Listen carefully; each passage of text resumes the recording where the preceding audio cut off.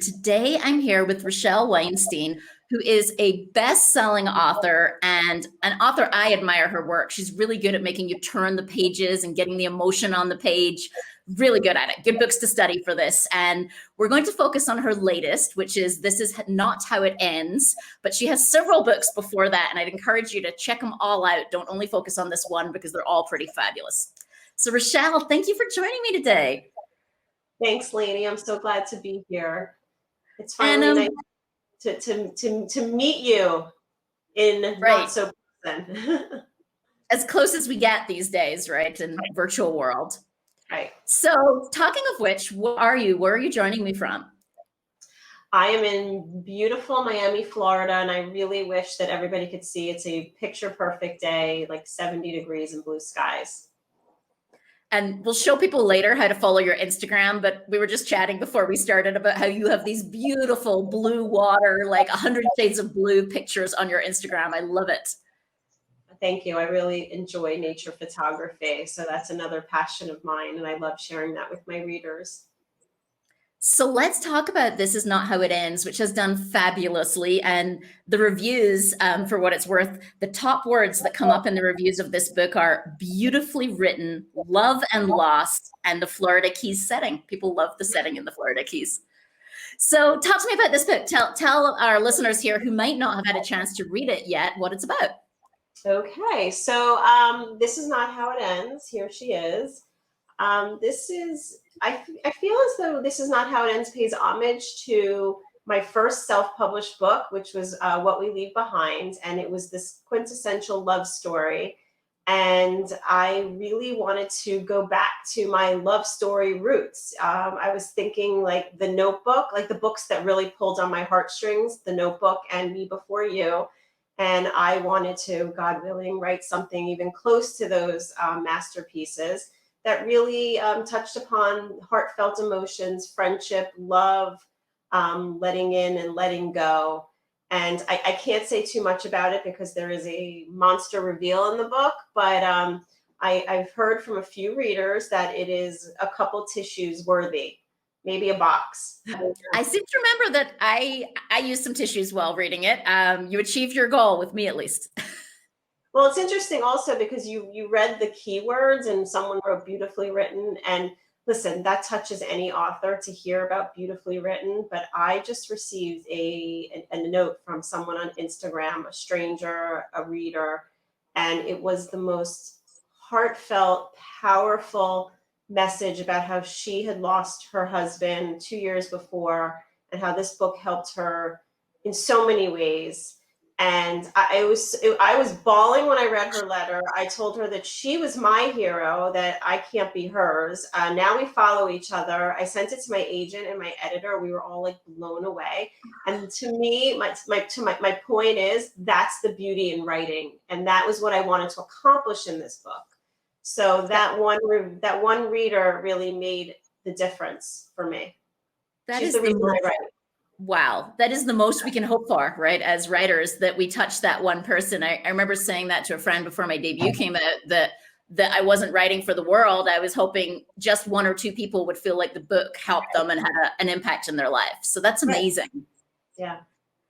And let's take a quick peek at a review here of the book from Karma Brown, who's also a best-selling author, just like you. And I thought she caught it well, where she says, your main character is caught between two love stories, neither of which she expected, both of which come with great loss. Poignant and evocative. You've crafted a story that draws you in and won't let go. And exactly what you said, keep the tissues nearby, especially for the heartbreaking yet gratifying conclusion. I'm just gonna have Karma write my books for me. She writes so beautifully. She is one of my favorite authors, though. So anyone out there, Karma's amazing. Her books are amazing. Awesome. So for an author like you, who's had several books, you're a bestseller. When you're editing a book like this, does it go through a lot of change during editing? Like what might readers not guess about where it started versus where it ended? Well, every book is different. So This Is Not How It Ends really was an easy write for me because I feel that it was, again, just this emotion that I was pouring out on the page. So that book took me 2 months to write. And we went through some, edits. It was a dual timeline, which was challenging and tricky. But what I should I'm going to segue right now to the book that I'm writing now, so that writers out there understand what goes into this process. It typically takes me about a year to write a book, 9 months to a year. Then we go through, the edits and whatnot. I personally love editing. I love somebody, pointing out the little kernels that need to be exploited. But the book that I'm writing now has gone through probably 22 iterations, from start to finish. It is the book that's probably going to wreck me. Um, it's just, and my point of telling you this is how every single book is different. Like, some books are going to come easier to you. Like, my agent was telling me, maybe it was the pandemic. I thought I was in this idyllic, like, location, writing in the mountains and, having the beach, and it just, the words were pouring out, but maybe they weren't the right words. Maybe there was the stress of the pandemic. Maybe it was also, I'm a huge reader. So I oftentimes, a lot of authors will tell you, don't read while you're writing because it can mess with your voice. And you just, I think this year, I think the pandemic in particular was very difficult on my writing process. So I know I'm not answering the question about this is not how it ends, because it had a totally different editing experience. What some readers may not know is that the almond allergy in the book was my almond allergy, and that I did go through NAEP therapy. So that's like a little bit of kernel of truth. But that book didn't give me near the trouble that this latest book is giving me. That's fascinating. And I'm sure, like you say, many authors, writers, maybe who are not published yet, are going to be heartened to know that it's not like it's the debut author who has to work forever on the book and everybody else, it's always very easy. I love that idea that it's just different book to book. Each book is different. And yes. And I had a wonderful conversation with an aspiring author the other night, and she called me under the pretense, best-selling author, and this book is doing so well, and blah, blah, blah. Meanwhile, I said to her, look, I said, nothing's ever what it seems in this world. I said, all those authors you see, and they're all enjoying their lives and their sales and their book clubs and whatnot. And it's great and it's wonderful. But we all go through it. I'm sure you go through it yourself. I mean, the ups and the downs, 3 steps up, 2 steps back. Just your work, being reviewed and being annihilated and having an idea, and then you see somebody else has that idea, or your book gets rejected. It is a continuous process, and there are ups and downs along the way, and you just have to keep going. And that's a perfect segue into writing advice. We were just talking before we started about how you started self-published and you moved from there. Like, what do you tell people who are kind of trying to work out their own path or earlier in the journey? What advice do you give? Oh, I have so many little nuggets of gems.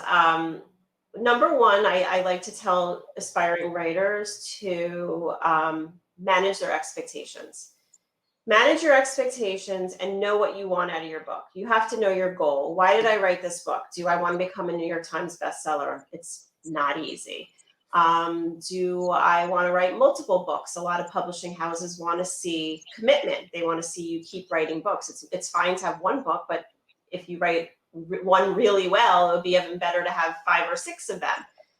I always tell aspiring writers that they must get professionally edited. And I can't say enough about Tiffany Yates Martin. I'm going to give her a plug because she has pulled many of us out of the trenches, and she has been able to really hone in on the weaknesses in your manuscript, your saggy middle, your characterization development.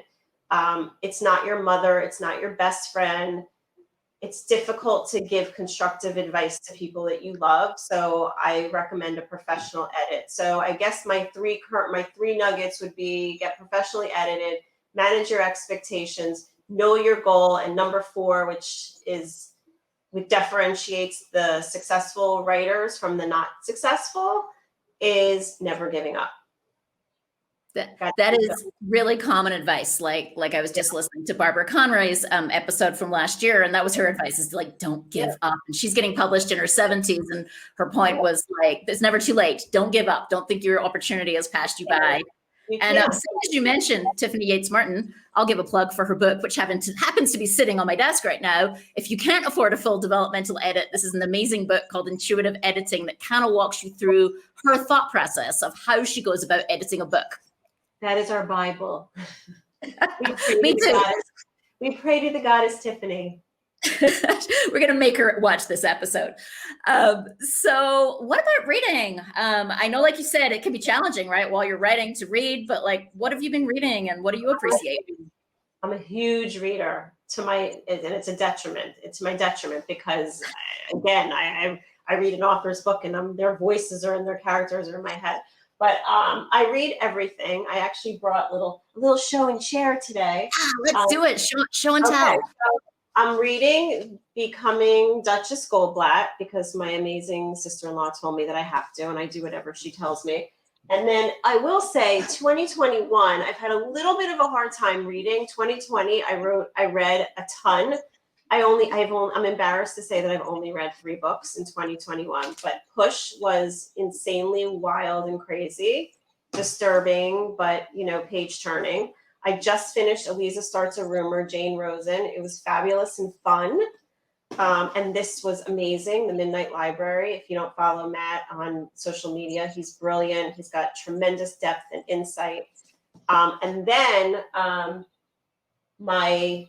gonna move my camera, but to read, my TBR is right here. I don't know if you could see that, but I've got The Art of Happy Moving because we're moving soon. And just a bunch of other great books. I won't bore you with listing the names.